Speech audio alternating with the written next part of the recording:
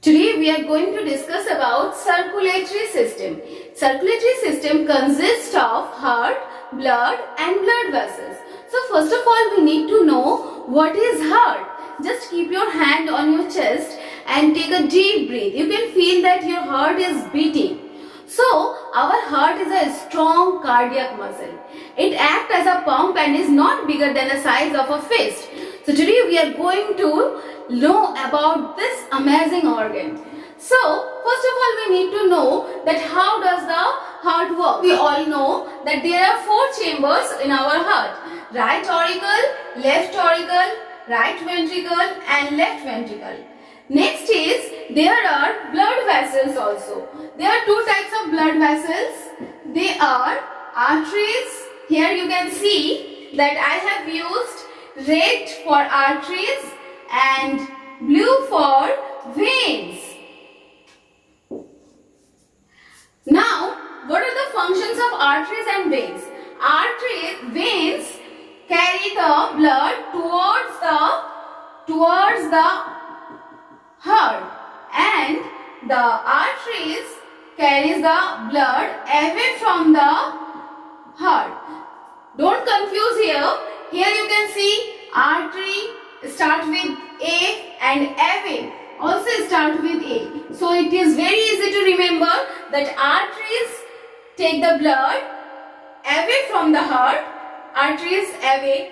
Next is how does the heart works? As we all know that deoxygenated blood from the upper part of our body goes to the from here goes to the superior. This large vein is known as superior vena cava.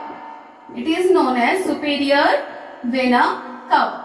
So from the upper part of our body, the deoxygenated blood goes to the superior vena cava, and the deoxygenated blood from the lower parts of our body goes to this is known as inferior vena cava, and it goes to the inferior vena cava.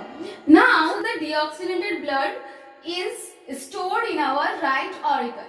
When the right auricle is filled with blood, it pushes the blood towards the right ventricle through a valve known as tricuspid valve. Tricuspid valve because there are three cusps here. And then the valves present in our heart are all unidirectional. Means the blood flows in one direction, in one way, and the valve prevents the backflow of the blood. Next, the blood there is an opening that is known as coronary sinus, and the coronary sinus carries the blood from coronary vessels. And these all deoxygenated blood, you all know where is the next destination of this deoxygenated blood. This all deoxygenated blood goes through another valve known as pulmonary valve. That is known as pulmonary valve present here, and this is known as pulmonary artery. Pulmonary artery, and this deoxygenated blood goes towards the lungs with the help of pulmonary arteries.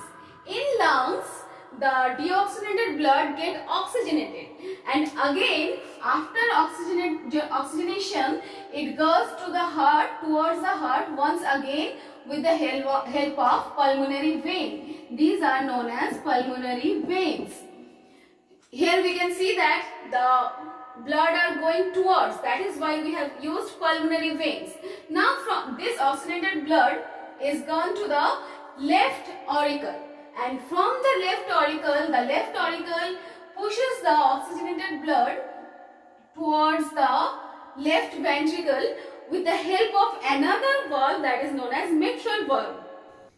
Now all the oxygenated blood that is stored in the left ventricle goes towards the aorta. These are aorta. Okay, and this goes to the aorta with another new valve that is known as aortic valve. With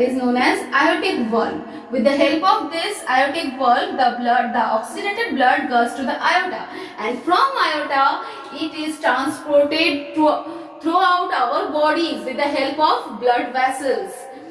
The next part of the circulatory system is blood. Blood consists of plasma and formed elements. So first of all, let's know what is plasma. Plasma constitutes about 90% of water and 7 to 8% of protein and 1% is inorganic salt.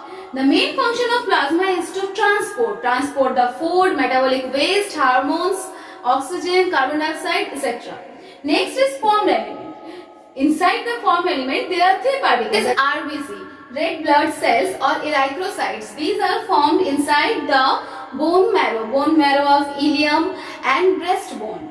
The function of RBC is also to transport the oxygen and carbon dioxide.